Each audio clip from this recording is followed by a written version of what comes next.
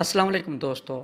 वज़ीर तालीम शफ़क़त महमूद की ज़ेर सदारत बैनुल सूबाई वज़राए तालीम के इजलास में अहम फ़ैसले कर लिए गए।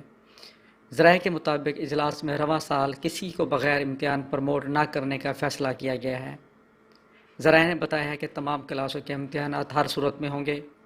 हुकूमत ने SOPs के तहत हर सूरत इम्तिहानात लेने का फ़ैसला किया है, जिसके मुताबिक पहले 10वीं और 12वीं जमात के इम्तिहानात होंगे।